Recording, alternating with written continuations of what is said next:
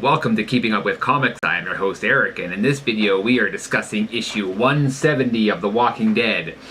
So, previous issue, previous stories, this story arc, what do we got going on? Well, Eugene told Rick about the radio and the woman that he was talking to, Stephanie, who is way back in Ohio, who has her own community there, and they seem to be friendly. So Rick said, well, Eugene, you're gonna have to go there. And he's taking Michonne, Yumiko, Magna, and Sadiq with him. So that's 5 people that are on the road from Alexandria, which is in Washington, D.C., all the way to Ohio, which is, well, it's a long journey in the apocalypse. We also have Maggie, who is leading her people from Alexandria back to Hilltop to rebuild Hilltop. Carl is with her.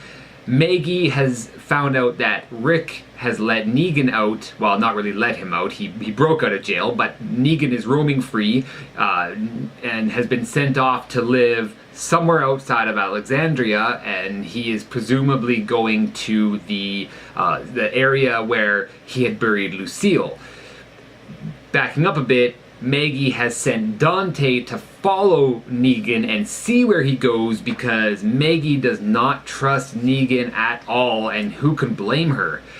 We also have Dwight, who is possibly plotting against Rick, which, yeah, doesn't make a whole lot of sense, especially since everybody's kind of warmed up to Dwight since the Whisper Wars and all that had happened, and the time skip, the new era that we're living in. Yeah, I'm not really sure what's going on there. We'll start off with Magna and Yumiko, who Kirkman had used Magna way back in issue 127 and Magna's group to reintroduce the reader, or introduce new readers, to Alexandria after the 2 to 3 year time skip. We're not quite sure how long that was, but after that we've only had a few panels or pages of Magna or Yumiko or anybody else in her group. We don't know a whole lot about them. We see this issue, because we've got Magna and Yumiko in the little entourage heading to Ohio, we get some really nice panels here of Yumiko. You see she's a little bit probably a little bit more fun. She's probably a little bit more of a bubbly character. You see her exchange a few words with Magna. You kind of see there's, something's going on there. Well, later on in the issue, when they are camping out on their journey on the road, Eugene just happens to come across them kissing under their sleeping bags, just about to start making love, and lo and behold, Eugene decides to watch, which shouldn't surprise anybody, any fans out there, whether you just read the comic books or you watch the television show or you do both. Not surprised at all. That scene also does lead up into another excellent part where we have zombies attack during the night. We get, I think it was Michonne here saying that it's just like old times, and Magna does say that maybe your old times were different than ours, which, yeah, we still don't know what Magna's gone through. I would personally read a limited series of Magna's group and how they managed to end up in Alexandria. I think that would be a very interesting read. There's also this little scene with Dwight, who he's sitting there with Laura in their home, and the nice part is that we actually get to see Dwight use his eye drops again. He hasn't used those for a long time, so yes, he still uses them all these years later. But I can't understand why he's seeing Rick and Negan as no different from one another. We know, even through Here's Negan, that's now complete, where Dwight was actually introduced to kind of be his origin story as well. I don't understand how he sees them as the same, and yeah, Laura doesn't understand either. So what's going to happen there? I would not like to see Dwight be the one that brings Rick down. We do know recently that Kirkman has stated that Rick will not survive this series. I couldn't see Dwight, after all this time, be the one that ends his life. I don't know. It might be one of those ones where the side story where it just ends up going, Well, now that's over. Let's get on to the next side story. That I would not have a problem with that at all. I really like Dwight, and I don't want to see him go down this path. There's also a really nice scene between Rick and Mikey. Rick finds out that Mikey is a little bit distressed, and he goes to comfort him. Now we know from Rick has lost recently Andrea. We all lost Andrea. He's lost Lori. He's lost Judith. Mikey lost his dad in All Out War. He lost his mother in 163 when the Walkers had stormed the gate. And so now we see this panel here where Rick and Mikey are hugging, and Mikey is saying, I miss my mom so much. Rick says, I know you do. And Rick goes on to mention some things to Mikey that just, they hit home in this apocalypse. And I think much like how Maggie had adopted Sophia as her daughter, I think Rick is going to do this as well, with Carl living in Hilltop now, calling that his home, with Lydia. Rick doesn't have anybody else that's close to him, so I think he's going to have a relationship here start with Mikey, which would be really nice to see, knowing that Rick is really in a tough spot right now. That's usually when those kind of relationships flourish, is when both people are in really emotional situations like that and feel alone.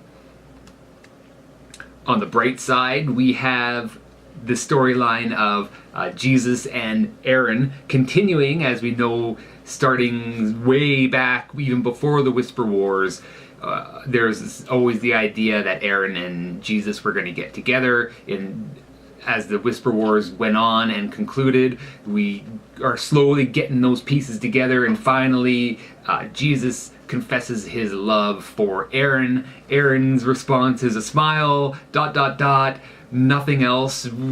From the looks of it, we know they're going to get together. Absolutely. That's fantastic, because they both need someone. Negan is out looking for somewhere to live.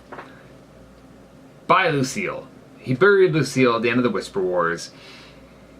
There was a bunch of homes there. If you've watched the previous video that I made with the 170 predictions, you see in the panel there's a bunch of houses around. Looks like a subdivision. Lucille was buried in that area, and we see that Negan is actually gone to there, and he has a little speech to Lucille. Dante's watching in the distance, and you can kind of see on his face that he is noticing that maybe Negan has turned a new leaf. Maybe he is a different man. I'm sure he's not going to confront him at all. He doesn't in this issue. He's going to keep following him. Whether it's going to be just him and Negan, or whether the Whisperers show up, we don't know. The Whisperers left, and we haven't seen them since the war. It's only been 7 or 8 issues. We haven't seen them yet. So my prediction there is that eventually something's going to happen, whether it's zombies or the Whisperers. But I think that Negan is going to save Dante, and Dante is actually going to learn that, yeah, he has turned a leaf, and he's going to go back to Maggie and say, look, this is what's happening with him. He's a new person. Very interesting there.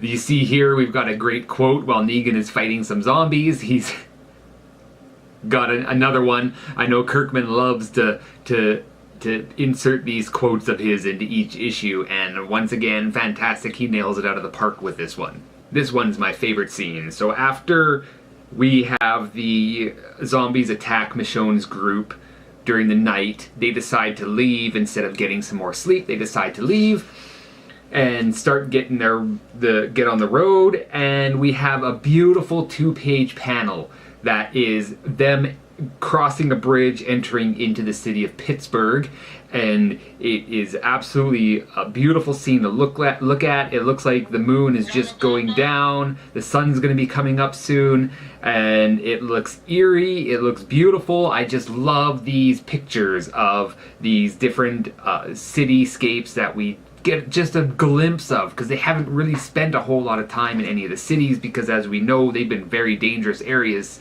for our survivors to go into. This is now 3, 4, 5 years later after the apocalypse, and they are walking through the city. There's some beautiful panels with some beautiful perspectives and points of view, looking up at some of the buildings. And then there's this full-page spread with Michonne just stating it's empty. There is not a single person in this city.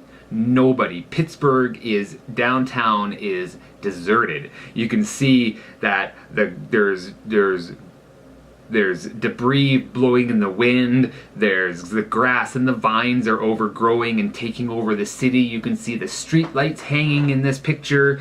You can see into the far distance. You look at through the whole page, you don't see a single person besides our 5 survivors that are heading towards Ohio. Here, going back to that 2-page spread, we have here a homage to George Romero and his all of his zombie movies. You see here, it's actually like very well done, very good homage to the late George Romero. We all miss him, and if it wasn't for him, The Walking Dead probably wouldn't even exist. So thank you so much, and rest in peace. At the end of the issue, we've got what I predicted it. It came true. I think it only just made sense that during the night they're up on one of the buildings. They're going to get a good night's sleep, and Eugene is seen speaking with Sadiq. Sadiq is very, you can see he's got something on his mind, and he admits to Eugene that Rosita, who was killed by Alpha and had her head on the pike border, he admits that she loved him. Rosita loved Sadiq. We had been hinted that it is possible that Rosita's unborn child was not Eugene's. And it seems here that it quite possibly could be true. They haven't confirmed it yet, but it's looking like it. I don't think Eugene is going to take that very well. We do know that one of the only deaths or kills that Eugene has was pushing Xavier off of the roof of a building, and it very well could happen again here. Looking at his face, he's very mad, he's very upset, and they are on the roof of a building right now, so it very well could happen again. We know that the next issue is called Fear of the Princess, with one of those a very unique cover to it. Here it is here, that she's coming up next issue. Something going to happen. Is someone going to die? Is she going to be good? Is she going to be bad? I have no idea. Do not have any idea. We don't know who this character is. We don't know who the princess is. All we know is that Stephanie lives in Ohio. They have their own community there that has not seen the type of action that our survivors at Alexandria and Hilltop and Kingdom have seen, but they do have taken people in that they said have been affected one way or another by the apocalypse. What is it? Is it going to be some kind of FEMA camp? Is it going to be a huge settlement? Is it going to be the city of Columbus? Is it still there? Is it still intact? Do they have enough survivors to rebuild and have a community inside a city? Are they going to be welcoming to these 5 people, considering Stephanie has always said, if it's anybody besides you, Eugene, we're going to cut off communications? Is the princess part of that group? They're in Pittsburgh right now, and they're spending the night. The princess could be from a completely different group that we haven't seen yet or heard yet. Yeah, the possibilities are absolutely endless, and that's why this is an extremely exciting story arc, and it's a great time to be a fan of The Walking Dead. 170 issues in, and I'm still anticipating every day the next issue, and unfortunately right now this is the farthest moment right now that we're going to be from the next issue of The Walking Dead, which won't be coming out until the beginning of September. So yeah, run to your local stores, pick up Walking Dead 170, and yeah, follow us, subscribe. We're on Instagram, Twitter, Facebook, and yeah, keep watching our videos. Take care. Bye.